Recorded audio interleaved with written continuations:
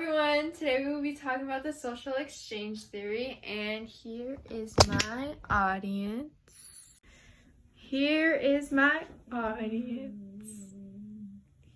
There's two over here on the phone.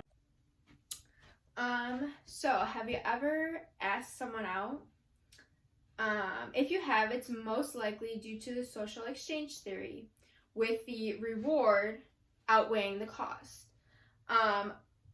The social exchange theory is defined as measuring the benefits and costs when analyzing the risks and benefits of a relationship. So basically that means when you're going to start a relationship with either a boyfriend, girlfriend, family member, friend, you are basically playing in your head, is this going to benefit me or is this going to cost me more than I get? The outcomes of the social exchange theory can be anywhere from fantastic to unfavorable. So, from a previous psychology class, I have studied the social exchange theory, and through additional research, I have further studied this theory. The outcomes include those that of the reward outweighing the risk and the cost outweighing the reward.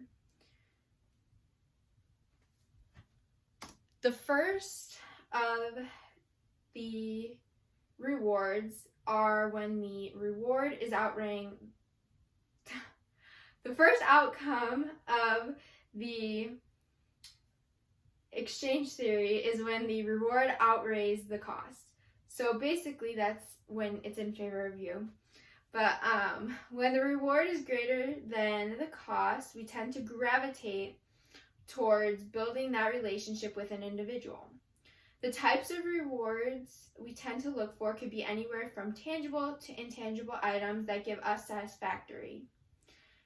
Tangible rewards that could be those of money, time, materials that make us content, and intangible items that make us that are rewards for us are those of characteristics of personality and romance, love, power, things that benefit us altogether. Another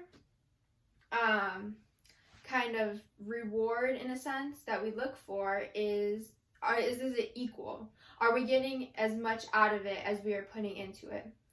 So we tend to look for equal exchange of rewards, as well as expecting equality from one another. Regardless of if it's been upheld, we expect equality. When we evaluate costs, we gravitate towards those with having an even exchange of costs. So making an effort in a relationship, and we want to give like an equal exchange. So am I getting what I am receiving? Am I putting out what I am getting back? Is essentially what we're doing with costs too. The second outcome is when the costs are outweighing the rewards. So the question that begs to differ in everyone's mind at one point or another, how much is this costing me, tends to linger in our minds.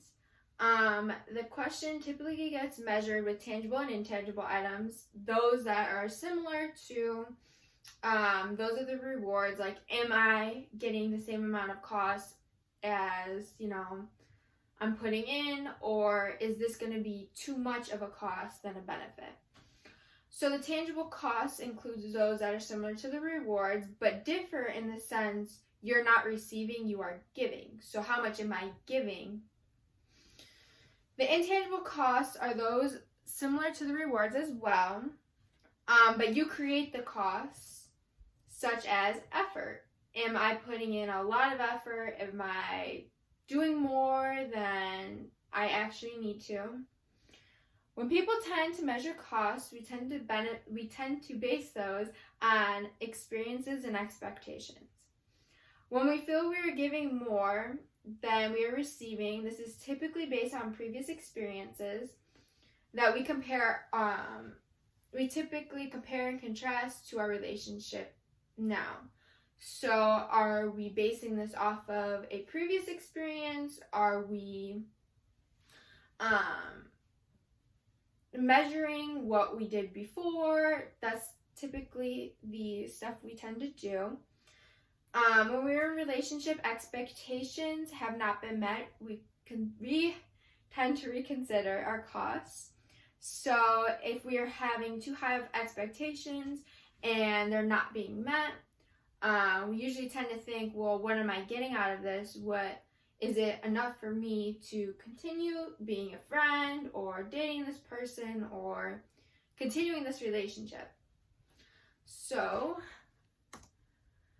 the social exchange theory is used to measure all types of relationships, so it's not just meant to measure dating or anything of that sort. It's used to measure everything. Relationships are held to many standards, and we evaluate them by weighing out the costs and the benefits.